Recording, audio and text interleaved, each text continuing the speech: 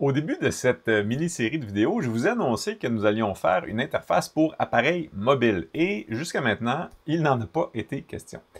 Alors, comme l'interface que nous avons développée utilise les technologies du web, elle se comporte de façon très similaire sur un appareil de bureau et sur un appareil mobile. Ceci dit, il y a bien quelques différences et nous allons les regarder ensemble dans cette vidéo. Donc, sortez votre téléphone et nous pourrons commencer.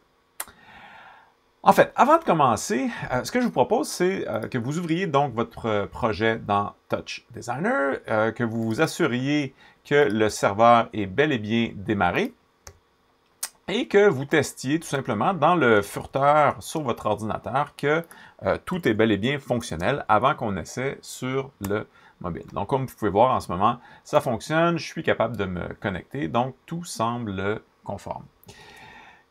Maintenant, ce que je vais faire dans mon cas, c'est que je vais ouvrir le simulateur qui est fourni par Apple afin de simuler à même l'écran, à même la vidéo, ce qui se passe sur un cellulaire. Mais dans votre cas, je vous encourage à faire les étapes qui suivent avec votre réel téléphone cellulaire pour que vous puissiez voir exactement ce qui se passe là, sur le mobile comme tel.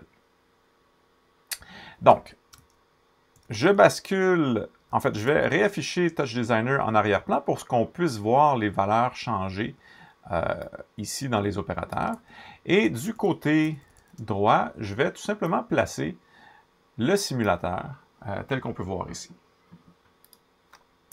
Donc, on est prêt. Maintenant, ce qu'on a à faire, c'est évidemment, comme auparavant, d'entrer l'adresse de notre serveur web, donc dans ce cas-ci, l'adresse de la machine où Touch Designer s'exécute, suivi du port 9980. Sauf qu'à partir du moment où on travaille sur l'appareil mobile et qu'on n'est plus sur la même machine, on ne peut plus utiliser localhost comme on a fait dans les vidéos précédentes. Donc, qu'est-ce qu'on met? Il faudra que vous trouviez l'adresse IP de votre appareil. Donc, si vous êtes sur Mac, vous pouvez venir dans le menu Pomme, Préférences Système, aller dans la section Réseau et vous aurez l'adresse IP ici en haut à droite. Donc, dans mon cas, je vais faire une petite copie parce qu'on en aura besoin tantôt. Maintenant, si vous êtes sur Windows, ce que vous pouvez faire, c'est de cliquer donc sur le menu Windows, taper le début du mot paramètres, et les paramètres devraient apparaître. Oups, j'ai perdu ma connexion entre-temps. Donc, tapez paramètres sur Windows. Ensuite, allez dans Réseau et Internet, ici. Et je présume que pour la majorité d'entre vous, vous allez être sur une connexion Wi-Fi. Donc, cliquez sur Wi-Fi. Vous devriez voir votre réseau ici en haut. Et si vous descendez en bas, on devrait trouver l'adresse IP à cet endroit-ci. Donc, vous prenez adresse IP V4. Donc, ce sera l'adresse IP à utiliser sur votre téléphone pour rejoindre votre ordinateur. Si vous êtes sur un réseau filaire, vous pouvez venir voir la même information, mais dans la section Ethernet, et vous devriez avoir la même information ici en bas. Pour ceux qui sont sur Mac, c'était le même principe. Donc, soit vous choisissez votre connexion Wi-Fi ou votre connexion filaire, ou en fait n'importe quelle autre de vos connexions. Suffit simplement de repérer votre adresse IP. Donc, maintenant qu'on a l'adresse IP, ce qui nous reste à faire, c'est de saisir cette adresse-là dans votre téléphone. Donc, vous démarrez un furteur. Ça peut être Safari, Chrome, peu importe, dépendamment de votre plateforme. Et vous allez venir mettre ici l'adresse IP que vous avez notée sur votre ordinateur. Donc, dans mon cas, c'est 192.168.7.42. Et évidemment, on doit mettre à la suite de ça le 2 points suivi du port, donc 99.80. Et en faisant ça, normalement, on devrait accéder donc à notre serveur qui est piloté par Touch Designer. Donc, on tombe sur la même interface, c'est bon signe, ça veut dire que ça fonctionne. Si on se connecte, je peux voir qu'effectivement, il semble y avoir eu une connexion. Si j'envoie des données, on peut voir que les données sont bel et bien reçues par le logiciel. Donc, tout semble correctement fonctionner. Maintenant, si pour vous, ça ne fonctionne pas, faites attention. vous devez utiliser une adresse IP qui est directement rejoignable. Donc, si votre téléphone est branché au Wi-Fi de votre résidence de la même façon que votre ordinateur, il ne devrait pas y avoir de problème. Par contre, si vous êtes sur deux réseaux différents, donc si par exemple votre téléphone cellulaire est sur un réseau 5G et que vous êtes derrière votre routeur à la maison, bien évidemment, on ne pourra pas se connecter directement. Ça devient apparent quand on utilise des outils comme, il y a un site qui s'appelle whatismyip.com. Donc, si je vais sur ce site-là, on me dit que mon adresse IP, c'est 184.159. Ben, c'est sans doute vrai, sauf qu'il s'agit de l'adresse IP externe. Et donc, cette adresse-là, en fait, c'est l'adresse IP externe de mon routeur. Donc, moi, je suis sur le réseau interne et ça, c'est l'adresse publique. Et donc, à moins que vous ayez installé sur votre routeur une redirection de port vers une machine à l'interne, cette adresse-là ne fonctionnera pas. Donc, l'idée, c'est vraiment d'aller trouver l'adresse IP de votre réseau interne. Évidemment, si on veut que notre projet soit public, ben là, il faudra le mettre sur un réseau public et utiliser l'adresse publique. Mais là, on est un petit peu en dehors de ce qui était prévu pour ce tutoriel-là. Voilà. Ensuite, quoi d'autre? Vous avez peut-être remarqué que sur le cellulaire, ça devient parfois un peu embêtant, je vais juste rafraîchir ici, de taper manuellement l'adresse. Donc peut-être qu'on peut se simplifier la vie, surtout si vous avez des tests à faire et sur mobile et sur l'appareil de bureau, ce qui est souvent le cas. On va beaucoup tester sur notre furteur de l'ordinateur principal où on travaille, puis de temps en temps, tester sur le téléphone, ben, on peut tout simplement faire une petite modification pour se simplifier la vie.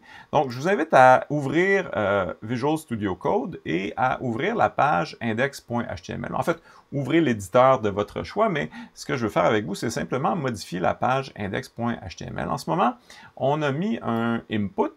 On pourrait se simplifier sans doute un peu la vie, en tout cas au moins du côté du mobile, en utilisant un select. Donc, on va le nommer exactement comme notre input que je vais mettre en commentaire pour l'instant. Et de cette façon-là, on n'aura pas à taper les informations. On va se mettre deux options, une option localhost, puis une option avec l'adresse IP. Et ce sera plus simple de cette façon-là. Donc, si je tape option, je ne vais pas utiliser le propriété value parce qu'on va directement mettre la valeur dans l'option ici. Et ce qu'on veut, ben, c'est utiliser ws //localhost 9980. Ça, c'est quand on fera des tests sur l'appareil de bureau. Et sinon, pour les moments où on souhaite faire des tests sur notre appareil mobile, ben, on va tout simplement mettre ici l'adresse IP de notre appareil. Donc, évidemment, ne tapez pas mon adresse à moi, mais tapez bel et bien la vôtre. Et de cette façon-là, ben, ce sera plus simple de se connecter sur le mobile. Donc, si je reviens sur mon simulateur, je rafraîchis la page, bien, dorénavant, on a un petit menu et c'est plus facile de choisir dans le petit menu que d'avoir à taper tous ces chiffres-là sur l'appareil mobile. Et évidemment, tout ça fonctionne comme auparavant. Petit détail en passant, dans la feuille de style, il y avait déjà des styles de prévus pour un éventuel select. Donc, il y a quelques styles qui ont été appliqués là, pour que le select soit présenté de façon un peu plus jolie. Je vous le fais remarquer. D'ailleurs, si vous avez le goût de jeter un coup d'œil au reste de la feuille de style, ben, vous pourrez le faire. Il y a quelques éléments qui peut-être vous intéresseront dedans. Voilà. Maintenant, il y a peut-être pour vos usagers, parce que ça va bien quand on teste notre projet, mais pour vos usagers, ça serait sans doute une bonne idée de pouvoir les laisser se connecter à l'interface de votre projet, qui est par exemple diffusé dans un espace public, sans qu'ils aient à rentrer une quelconque adresse. Et pour faire ça, une solution qui est intéressante, je vous la mentionne rapidement en terminant, ça peut être d'utiliser un code QR. Moi, je vous propose un site qui s'appelle QR Code Monkey. Donc, c'est gratuit, ça nous permet de générer rapidement un code QR. Et donc, vous tapez dans la boîte l'URL de l'interface. Donc, dans ce cas-ci, j'ai mis mon adresse 192.168. Dans ce cas-ci aussi, ce n'est pas le préfixe WS parce qu'on n'essaye pas d'ouvrir un WebSocket, mais on veut tout simplement atteindre la page HTML. Donc, on utilise HTTP. Et évidemment, on doit ajouter le port à la fin. Et en faisant ça, on peut cliquer sur Create QR Code, ce que j'ai déjà fait tantôt. Et si vous pointez votre caméra de téléphone sur le code QR, ben, normalement, il devrait vous ouvrir un furteur à la page de l'interface. Sur iPhone, c'est inclus déjà depuis plusieurs versions. Je crois que sur Android, les dernières versions de la caméra le font automatiquement. Sinon, il se peut que vous ayez à installer une application qui permet de numériser des codes QR, mais je crois que dans les dernières versions, c'est supporté.